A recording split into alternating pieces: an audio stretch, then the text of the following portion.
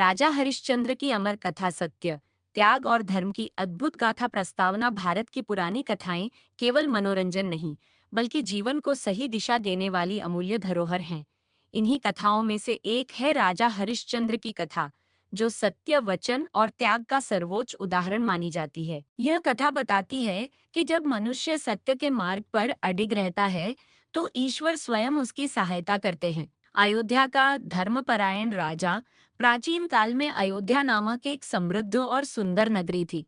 इस नगरी के राजा थे हरिश्चंद्र। वे सूर्यवंशी राजा थे, अत्यंत न्यायप्रिय, दयालु और सत्यवादी। उनकी प्रजा उन्हें पिता समान मानती थी, क्योंकि राजा कभी भी अन्याय को सहन नहीं करते थे।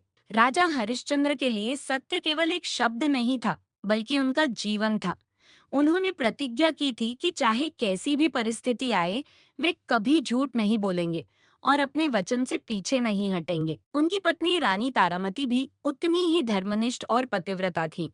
उनका एक पुत्र था, रोहिताश्व, जो राजकुमार होने के साथ साथ संस्कारी और आज्ञाकारी बालक था। विश्वामित्र की परीक्षा। एक दिन महान ऋषि विश्वामित्र राजा हरिश्चंद्र के दरबार में आए।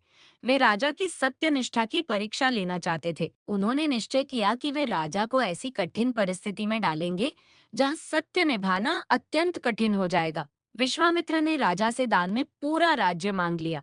राजा हरिश्चंद्र ने बिना किसी हिचक के कहा, महाराज, यदि आपने मांगा है तो ये राज्य आपका है। ऋषि ने राज्य स्वीकार कर लिया, लेकिन यहीं पर परीक्षा समाप्त नहीं हुई। उन्होंने कहा, राजा, दान देने के साथ साथ दक्षिणा भी देनी होगी। राजा के पास अब कुछ भी शेष नहीं था। तब उन्होंने समय मांगा और अपनी पत्नी व पुत्र के साथ नगर छोड़ दिया। सत्य के लिए वनवास। राजा हरिश्चंद्र ने राज्य त्याग दिया और परिवार सहित वन की ओर चल पड़े। राजमहल छोड़ते समय रानी तारामती की आंखों में आंसू थे, लेकिन उनके मुख पर कोई शिकायत नहीं थी। वे जानती थी कि सत्य के मार्ग पर चलने के लिए कष्ट सहना ही पड़ता है। वन में रहते हुए उनके दिन अत्यंत कष्ट में बीतने लगे। भोजन का अभाव था, वस्त्र फट चुके थे और कभी-कभी कई दिनों तक अन्न नहीं मिलता था।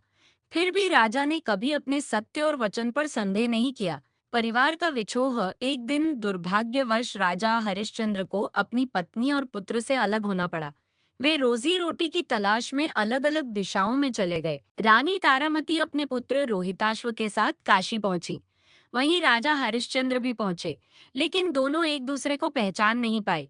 चांडाल की सेवा। काशी में राजा हरिश्चंद्र को जीविका के लिए एक चांडाल के यहाँ काम करना पड़ा।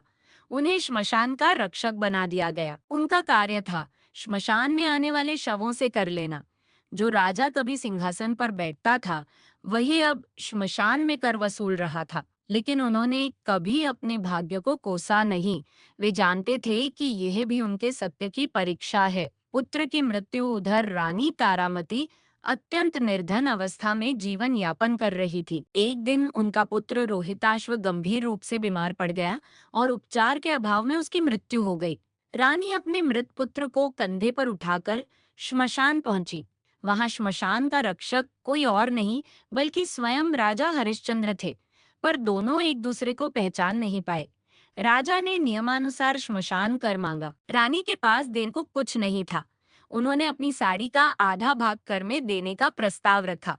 सत्य की पराकाष्ठा। राजा हरिश्चंद्र का हृदय भीतर से टूट चुका था। वे अपनी पत्नी और पुत्र को पहचान चुके थे, लेकिन फिर भी अपने कर्तव्य और वचन से पीछे नहीं हटे। अंततः जब राजा और रानी दोनों मूर्छित हो गए, तब देवताओं और ऋषि विश्वामित्र का हृदय पिघल गया। देवताओं का प्रकट होना। आकाश से देवता प्रकट हुए। ऋषि विश्वामित्र ने कहा, राजा हरिश्चंद्र, आपकी परीक्षा पूर्ण हुई। आपने सिद्ध कर दिया कि सत्य के लिए सब कुछ त्यागा जा सकता है।